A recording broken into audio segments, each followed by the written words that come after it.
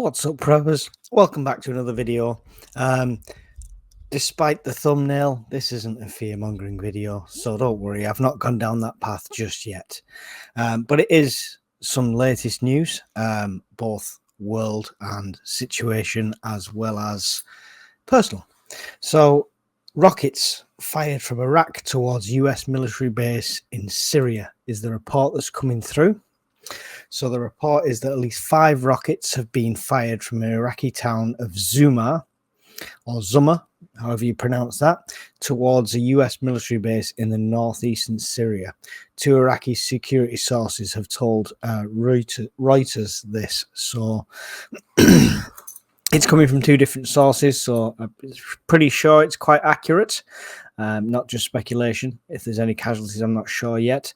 The security sources and a senior army officer said a rocket launcher fixed on the back of a small truck had been parked on the border town with Syria.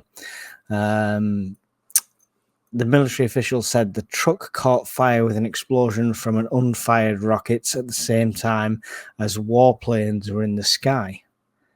Yeah, that sounds a bit staged, right? Planes overhead and it blows up. I don't think it was an accident, but anyway, we won't speculate. The attack against US forces is the first since early February, when Iranian-backed groups in Iraq stopped the attacks against US troops. So we don't know. I'm not sure we know who is actually claiming responsibility for it at this stage. But yeah, I'm sure somebody will jump up saying it was me, because they usually do. Interesting that these are still going on. Hopefully there's no casualties and hopefully everyone's safe. That's the main thing there. But yeah, tensions rising all over the place. It's scary times, it really is.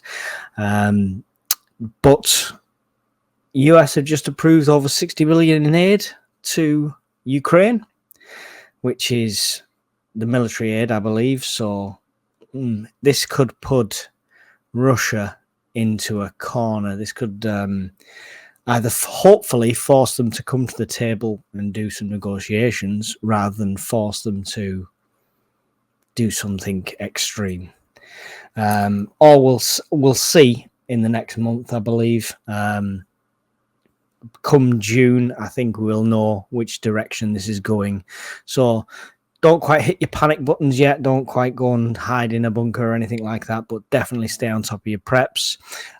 Don't forget, even a small war in Europe or smaller conflicts spreading over Europe rather than global scale will still affect supply chain, will still affect gas and oil prices. So make sure you're prepping on all them fronts and you are ready for any sort of knock-on effects. So if you can alleviate that and maintain your standard of life, then you're doing well with your preps. That's the main thing. On my prepping front, on a personal prepping front, I got a job. Yay! So yeah, people realize I lost my job not so long ago. In the meantime, I have managed to secure something else, so that's good news. And it's a company that's more based around travel and things. So something I could potentially use to my advantage to incorporate with the channel. So fingers crossed on that front. I'll name no names at the moment, obviously. Yeah, so keeping an eye on everything. That's pretty much it at the moment. The channels out there that are saying there is ICBMs in the air flying, this is happening, it's happening right now. It's getting ridiculous. It really is. People who I was subscribed to, who I was watching regular, I've just slowly dropped off because it's just getting silly. Find yourself a reliable source. I've just been recommended a new one. I can't recommend it myself yet until I see what it's like, but it does look much more down to earth. So if that pans out to be a really good source, I'll definitely share it on the channel with everyone else. On the channel, I'm going to start a series of scenario videos. Now, this may be laughable to some, but these are going to be testing my acting ability. I was good in drama, but that was too many years ago to count, in school. Anyway, I'm going to be testing my acting abilities and doing some what if scenarios, like, you know, emergency alerts, how I'm going to bug out, etc., bug in, etc. So I'm going to be doing some of them so you can see the practical side of it. It's not just for entertainment and your purposes, it's more for myself as well. Recently, I've been doing a project, which I am recording, which will go out there soon, regarding Faraday cages. And I'm like, oh, I just need to get this.